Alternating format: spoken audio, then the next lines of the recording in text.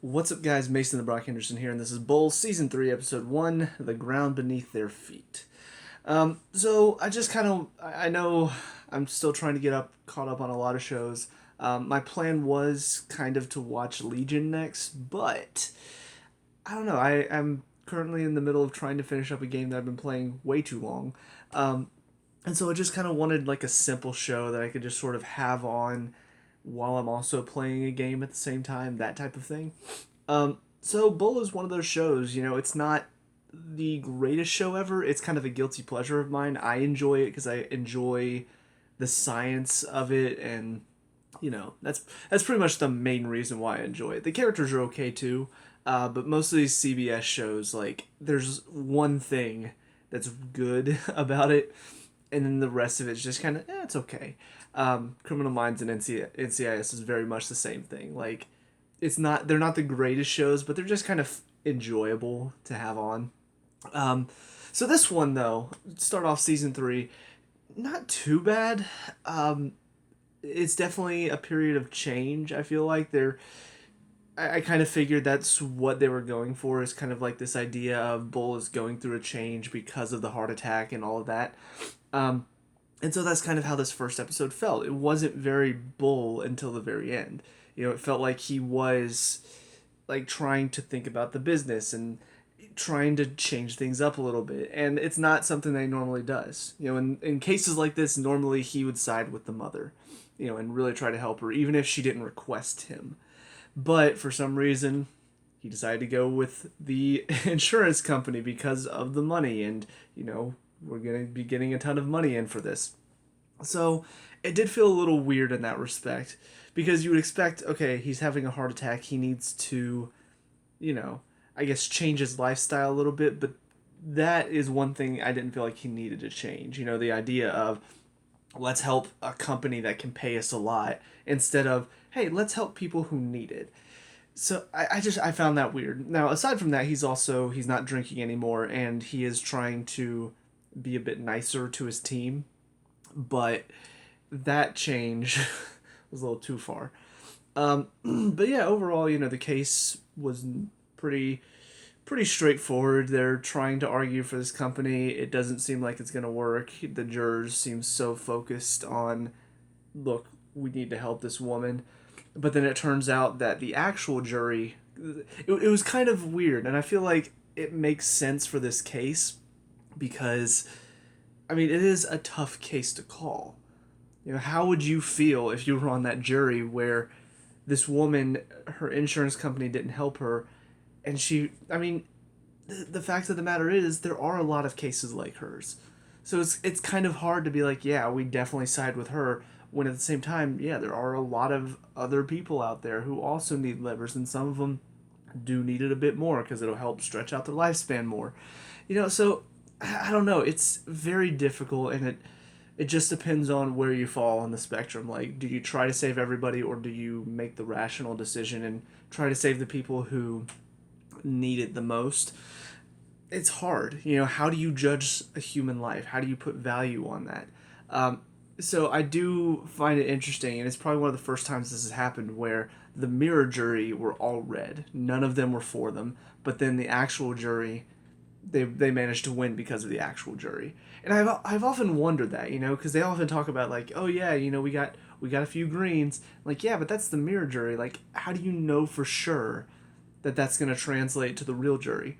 And so this is the first time in the show that we've seen the mirror jury didn't work. The mirror jury didn't give them an accurate representation of what the real jury was going through. And I think that's very good for a case like this, because not everybody, even if they are very similar people, because I know that's what they do for the mirror jury, even if they are similar people, it's still like, when it comes down to that decision, what's the decision you're going to make? Are you going to be able to make the hard decision? So yeah, I kind of like how they handled that, but I also like at the end, Bull manages to turn it over and say, you know what, this isn't me. And Marissa kind of calls him out on it, saying, you're rich.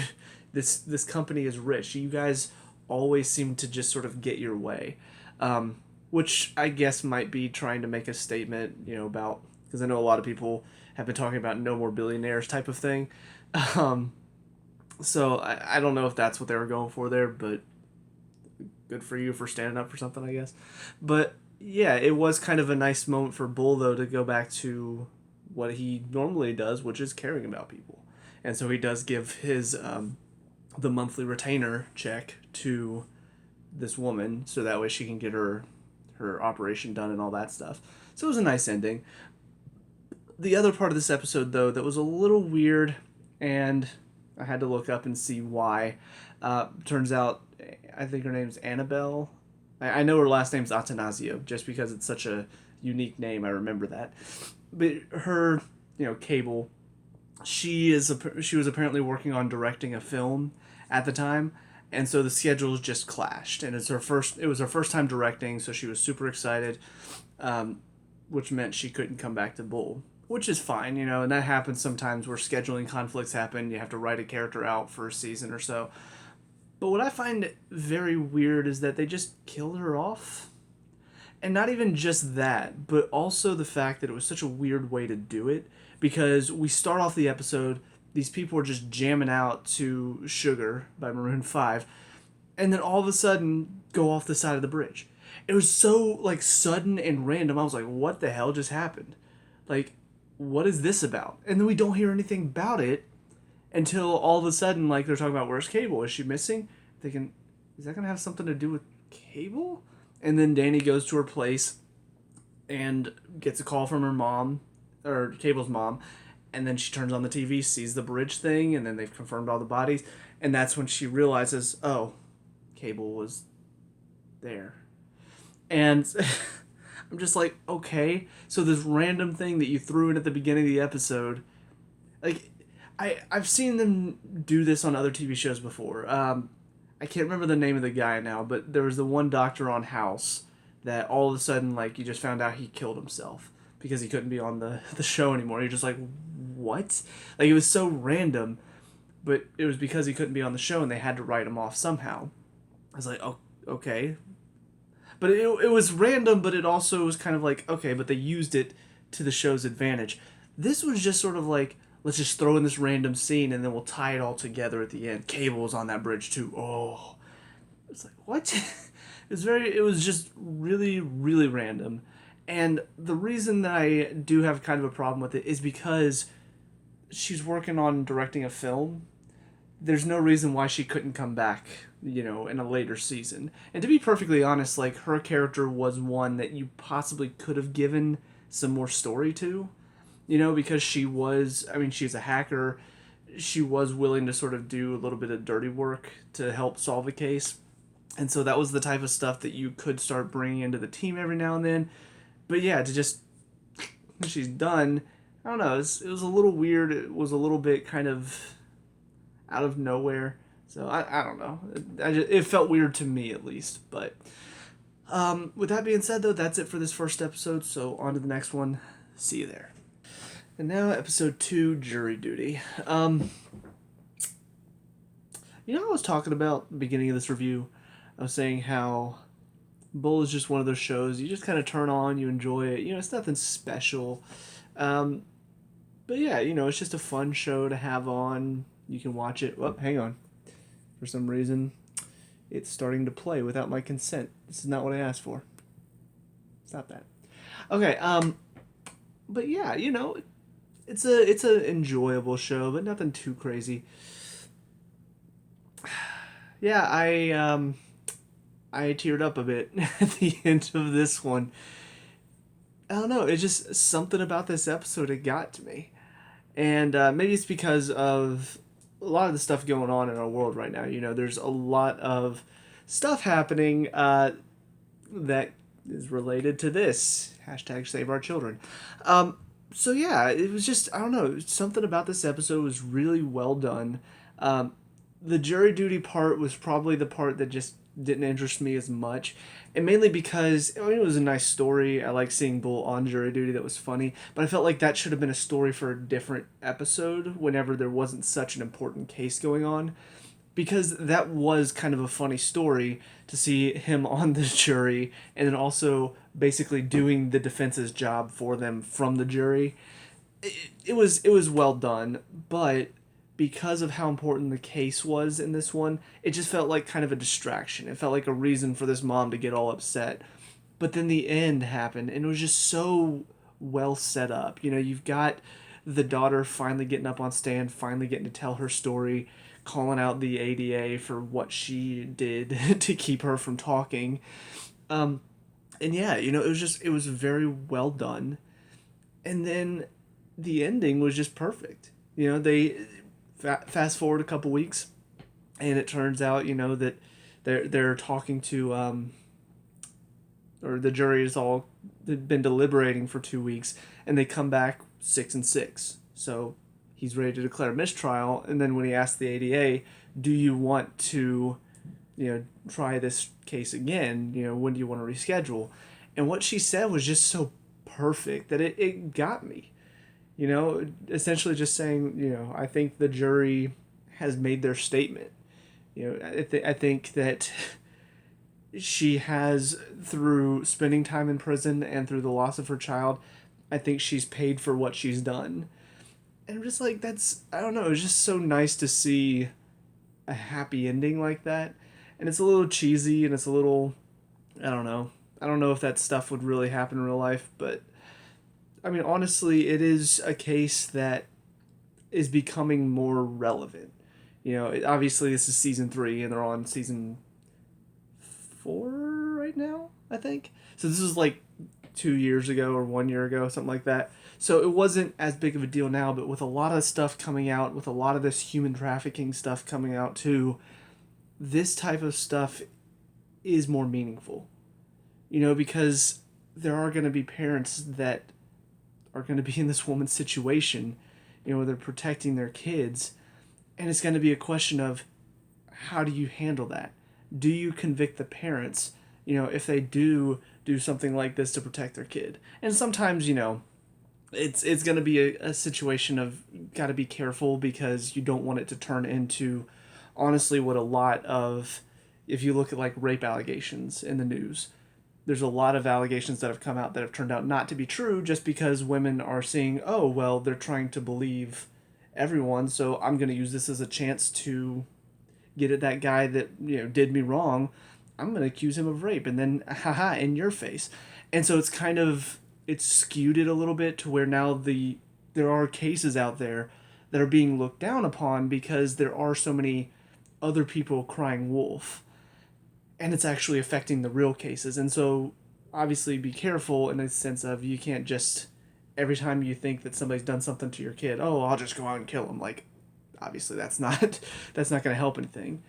But I don't know, just because it was so relevant, I think that's why it got to me so much, because I don't know, the ending was so well done that it made me tear up. And yeah, this show that I basically was just like, you know, it's just a guilty pleasure. I just kind of enjoy it. It's nothing special. And then next episode, okay, this is touching. Yeah, so all in all, a pretty good episode. We do hear a little bit more about Cable in this one. I will say, in all of this stuff that's going on with Cable, you know, the one thing that's kind of bugging me a little bit is the fact that, you know, Danny's gone to her place a couple times to, you know, to try to find her in the first episode, and now to just look over her stuff. And then all of a sudden they're starting a relationship between her and the guy who owns the place. Or, I guess, her landlord. It's a little weird, you know, because in the first episode when he started to do it, I'm like, okay, dude, seriously? Like, she's just coming there to look for her friend. Like, this is not the time for this. But now they've kept it going to the point where now I'm like, oh, so they're actually setting this up as a relationship? What?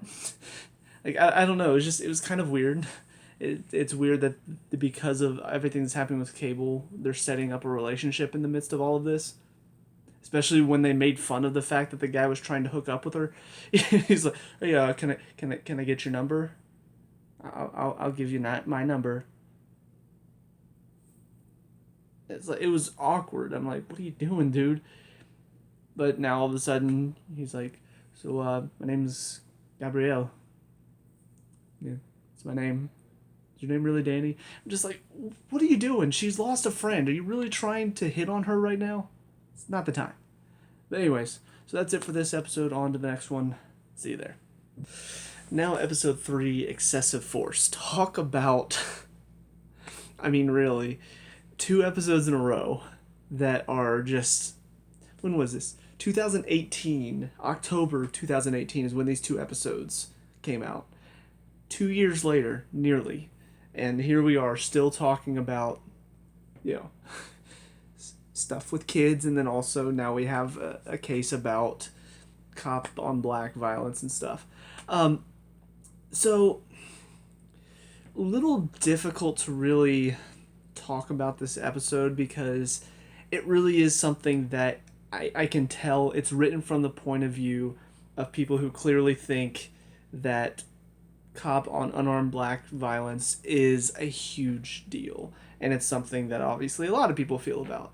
So if you disagree or you don't think that, the way that they handled the case is quite right, it can be difficult to really talk about this episode because there's a lot of moments where, it just didn't seem quite right. Thankfully, it did make more sense as it went along because honestly, throughout most of the episode, my one thing is like, okay, she grabs the gun and then he immediately grabs the barrel. Like, it wasn't like she went this and then he grabbed it and then she was like, stop, and then shot him. It was like she grabbed it out of the holster, he grabbed it, and then wrestle, shoot. Like, I felt it weird that they were like, why'd you point it at him before he even grabbed it? I'm like, but she didn't. I guess you can explain it away. Like, the reason he grabbed it, we find out later they were in this together. Although there is one thing, I'll get to that later. But at the same time, I'm still wondering, like, okay, why isn't anybody talking about that? Why is nobody mentioning, like, she wasn't pointing at him when he grabbed the gun? Like, nobody's mentioning that. So, I don't know. It was a little weird that nobody even brought it up. It made sense why she didn't say it. Because in the end, they were trying to, swindle the city of New York out of money. But it felt weird that nobody else brought it up throughout the episode, if that makes sense. But on that note, let's go back to the beginning of the episode. She goes into the bathroom. She tries to lock the door several times. It's not working, so she puts the trash can in front. I get that she probably, set it up and made it look like she was going to the bathroom for the body cam footage. But, like, wouldn't you be able to tell in the body cam footage if she, like, if it looked jammed? Like, was she planning on doing that and he was going to kick it down anyway? Or was that just part of the plan? It's like, oh, crap. Because, I don't know, I feel like because the body cam footage is on her hands, it should be pretty easy to tell, like, okay, is she fiddling with it for real or is she just pretending to fiddle with it? Just a little tiny thing about that, but I don't know. It was a small thing. But it is something that I do kind of wonder about is, like, how did she fake that part? But yeah, overall, a lot of talk about that, a lot of people getting frustrated, a lot of people, all this stuff. Here's my big problem, is that when you deal with something like this, you gotta try to show both sides, and they really didn't. They only showed one side, and there is 2 sides to it. There are 2 sides. Yes, there's a side where clearly this is happening, and, there's a lot of talk about police brutality now, and there's a lot of talk about, trying to give them more training so that they can de-escalate situations like that better. So that is one side of it, for sure. But the other side of it is, one, it happens to a lot of people, as much as the media likes to show only one side, it happens all the time. And the fact that every single time that it's white cop, black man, it's brought up as a racist issue, it's kind of defeating what the real issue is, which is, yeah, some cops are not trained well enough and they need to be trained better. But making it a racial issue is taking the focus away from where it needs to be, because honestly, in a situation like this, obviously it wasn't brought up. And again, I wondered why the woman was so, like, adamant. Like, yeah, if it was, as a cop, I've seen it, and you know what? If a black man walks in there, I'm like, wait, what? Like, you've been saying throughout the entire episode, it doesn't matter who was in there. And honestly, it shouldn't. If a man busts into a bathroom like that, black or white, it's gonna be weird. So I felt, obviously, the fact that she was, that was pretty much to tank the case. It made sense, but I was still kind of like, nobody's bringing that up for real though. Like, nobody's actually talking about that. I love the fact that the defense attorney, or no, the prosecution, like the fact that first of all she started bringing up, oh, what was the color of his jacket? What was the color of his shirt? And I'm like, okay, none of those are relevant, so she's not gonna remember irrelevant details. Like, she'll remember that moment. She's not gonna remember the irrelevant details. She's gonna remember what's super important. That's kind of that's a psychological thing. If something happened and it's been a minute since you've seen it, and if you're not like thinking about it, you're not focused on it, you're not going to remember. Like, if they've shown meditation can help bring up the insignificant details like that, but if you're just asked a question like, okay, so this is super important, so what's the color of his shirt, you're not going to remember. You got to actually like meditate on it to remember that type of stuff. So that was one thing, but then also the fact that she was like, oh, so what if an old woman breaks in there? What if a kid breaks in there? I'm thinking, first of all, they're not going to bust into the bathroom, especially with a trash can in the way. Like, that's going to stop them from getting in. But also the fact that, yeah, if it's a kid or a grandma, probably not going to be intimidating, but a guy breaking into a woman's bathroom, that's a problem. It doesn't matter the color of his skin. But again, nobody was talking about any of that, which tells me that's how I know that this episode, like the show, is written from the perspective of people who are on one side. And I really think that's a problem. Because it happens a lot in media. It's all written one-sided. Because again, there's a bigger topic to focus on. The fact that this happens all the time, yeah, that should be talked about, not talking about, oh, well, these incidents are, such a big deal. It's like, yeah, but you're picking out the incidents that fit your narrative without talking about everything else, the whole picture. Yeah, that's a problem, but it's part of a bigger problem that you're not focusing on, because that's not what's important to you. This is what's important to us. So we're going to focus here on this problem. So I don't know. Obviously, it's something that I'm going to have more of a problem with than most other people, because it's something I think, and I know other people don't think that. So that's why this episode for me is kind of a mixed bag, because when you write it so one-sided, you really are speaking to half of your audience. Now, granted, half, I'm saying that because, I'm just assuming that people who watch this show are on both sides of the spectrum, the political spectrum. So that's kind of my problem when it comes to TV shows, when it comes to comedy, when it comes to anything that's not political. If you're only showing one side, if you're only pandering to one side, you're forgetting half of your audience. And that's a problem, because we shouldn't be doing that. When it comes to life in general, we should not be pandering to one side. Now, when you get to politics and stuff, sure. If you're talking politics, obviously, you're probably going to be talking to people on your side. But when it comes to a show where you're trying to entertain, you're trying to, talk to people, and you bring up something like this and you only show one side of the argument, well, now you're no longer entertaining and you're no longer educating. You're just essentially pandering to one side and saying, hey, we agree with you. Here's all these reasons why you guys are right, and here's all these reasons why the other people are wrong. And it's going to turn off half your audience, because they're going to be like, well, you're essentially just telling me why I'm wrong without giving me a chance to explain my side of things, without giving me a chance to talk about why I disagree. And that's why I think a lot of times I get really frustrated with shows, or honestly, I've seen a lot of comedy pages, comedy YouTube channels, comedy Twitter pages, that just all of a sudden get super political with one of their posts, or just several of their posts. I'm just like, okay, you do realize that some of us don't agree with you politically, so maybe don't try to isolate your audience, because you make me not want to follow you when you get so political. But anyways, that might just be me. I feel like I'm probably not the only one that feels that way, but hey, that's what our world has come to right now. It's frustrating. But anyways, that's it for this episode. On to the next one. See you there. And finally, episode 4, Justice for Cable. I don't understand how these episodes that were 2 years ago are so relevant nowadays. Because let's be honest, if this episode were made today, they would suspect that this owner of the bank guy, like, he might have had something to do with this terrorist attack. And so then people would have been drawing references to it, but then Facebook would have taken it down because, Facebook fact checkers say, well, they said they didn't do it, so clearly they didn't do it.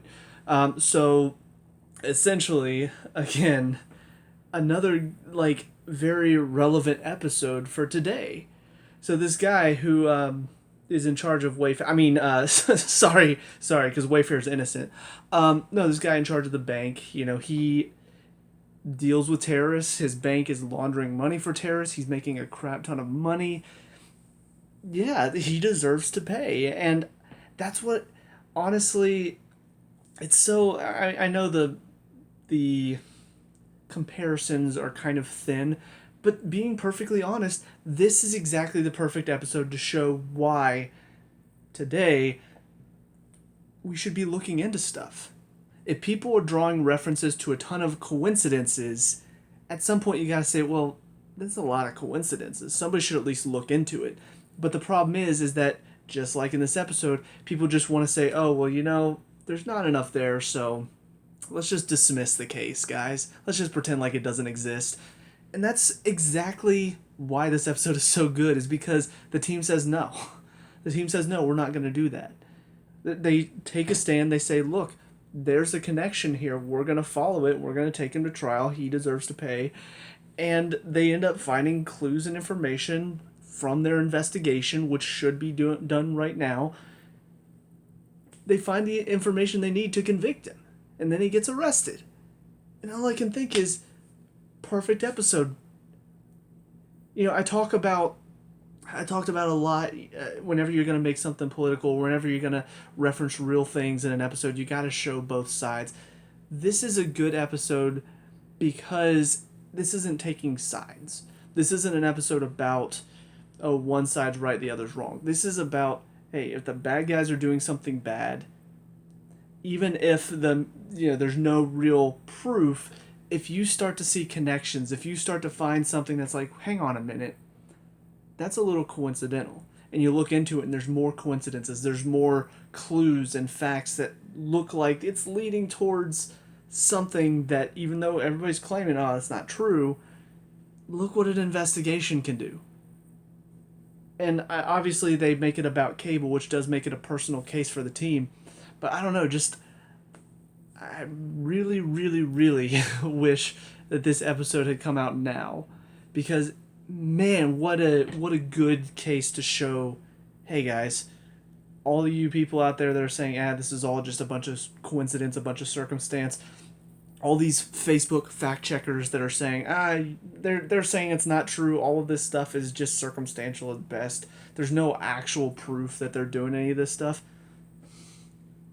There's no actual proof that this guy was connected to the terrorist that killed 37 people until they looked into it and found proof. Oh my god. I'm just watching this episode, I'm like, good. This is a good episode. I'm glad that they tackled this because, again, another episode. 3 episodes in a row, by the way, which is a little weird. 3 episodes that all can relate to what's going on right now.